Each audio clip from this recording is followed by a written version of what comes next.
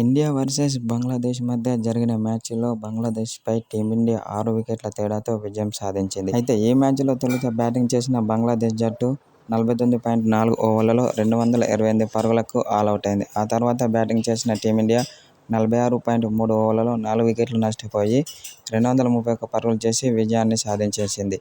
దీంతో 6 వికెట్ల తేడాతో విజయాన్ని నమోదు చేసింది టీమిండియా. అయితే ఈ మ్యాచ్లో రోహిత్ శర్మ 41 పరుగులు, శుభమన్ గిల్ 101 పరుగులు, విరాట్ కోహ్లీ 22, శ్రేయస్ అయ్యర్ 15 పరుగులు, అక్షర్ పటేల్ 8, కేఎల్ రాహుల్ 41 పరుగులు చేశారు.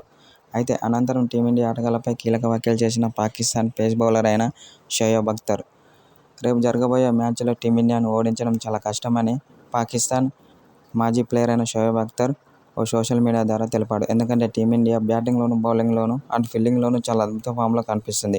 కాబట్టి రేపు జరగబోయే మ్యాచ్లో టీమిండియాను ఓడించడం చాలా కష్టమే అని షోయబ్ అఖ్తర్ ఓ సోషల్ మీడియా ద్వారా తెలిపాడు.